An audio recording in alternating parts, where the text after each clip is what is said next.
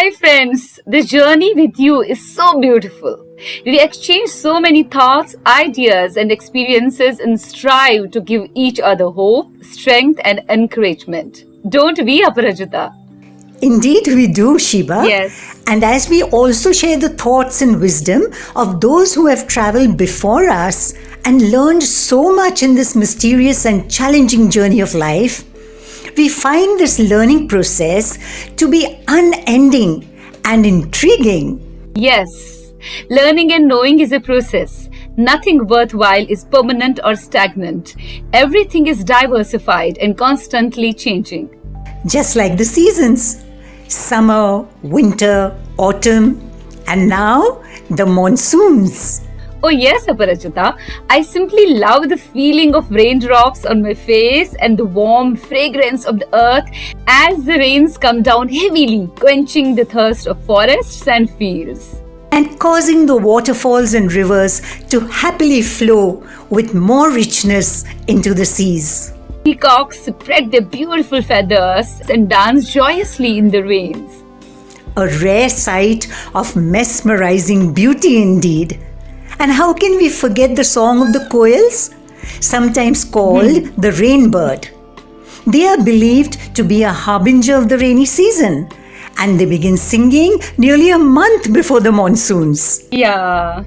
Friends, sometimes I wonder how many of us actually pause to absorb these marvelous wonders of nature. Don't you think many of us are so caught up in the material world that we neglect to experience or notice raindrops on roses, the young fresh petals of a new flower blossoming on a tree? Or the warm glow of a yellow sunrise, the whisper of a gentle breeze, and the precious, life-giving air we breathe in continuously. So, somewhere, are we taking the gifts of nature and the wonders of life for granted, Aparajita? Unfortunately, yes. Sometimes we even take love and relationships for granted. Yes. And realize their worth once they leave our existence and life. A thought crossed my mind. Others could be praying for the same things we take for granted without being grateful for their presence and their gifts. A very poignant thought, Shiba. G.K. Chesterton, English author and philosopher, too said the same. I quote him: "When it comes to life, the critical thing is whether you take things for granted or take them with gratitude."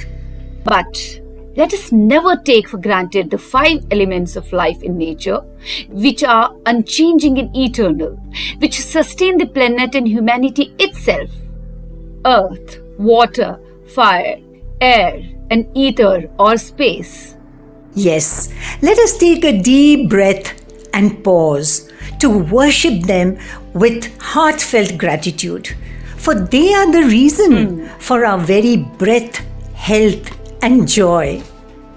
It is believed that all of creation, including the human body, is made up of these vital elements, which, when out of balance, can bring disasters and disharmony in every sphere of life.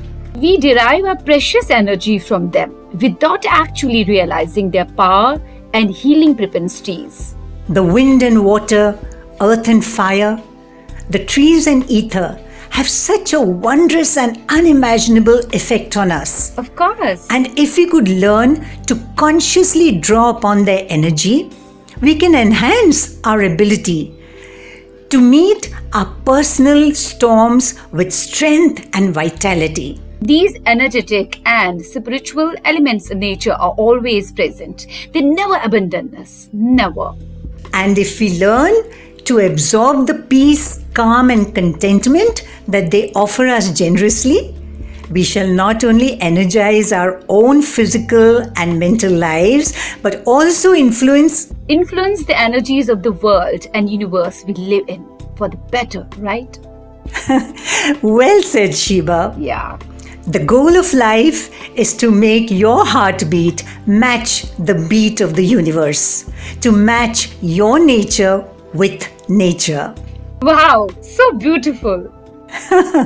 Not my words. I just quoted Joseph Campbell, American writer and professor of literature.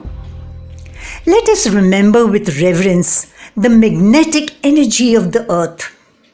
When we step out into gardens and fields, especially walking barefoot on the green grass, we experience a calm connection with all of life.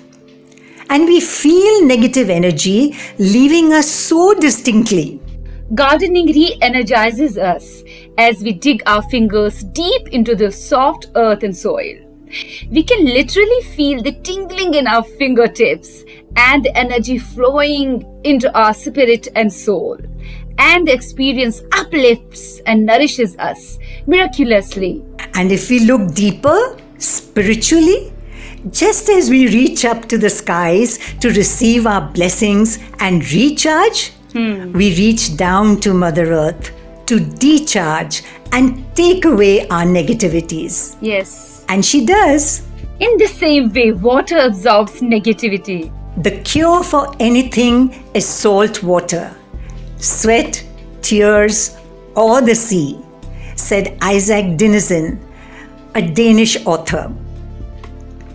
Water is such a simple and basic gift, yet absolutely indispensable. Just as we learn to trust the process of life and move on without stagnating, if we trust the flow of water, whether in the seas or waterfalls, we will float. Yes, the flow never stops. The healing power of water is ever present. The rhythmic pattern and sound of falling raindrops on leaves and on rooftops are so soothing compared to the deafening sounds around us. When we gaze into the still waters of a lake and see the deep blue heavens mirrored in them, a strange, inexplicable feeling of calm and peace overcomes us. I agree. As though every cell in our bodies are releasing conflict and embracing peace. A form of meditation in itself. We rarely stop to realize how all the struggles, stress, and resentment that cling to us are washed away when we bathe in rivers, lakes and oceans, or for that matters, even when we shower at home. We just know we feel good. We are made a part of the flow.